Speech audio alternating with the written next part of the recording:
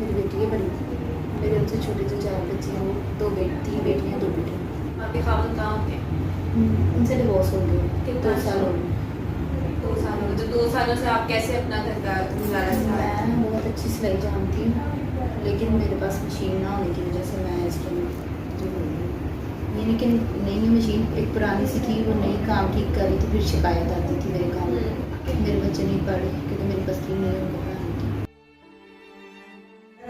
मेरा 3 महीने का हुआ और वो उन्होंने ना मुझे कल रात बाद उस पकड़ के बच्चों को बाहर निकाल दिया था।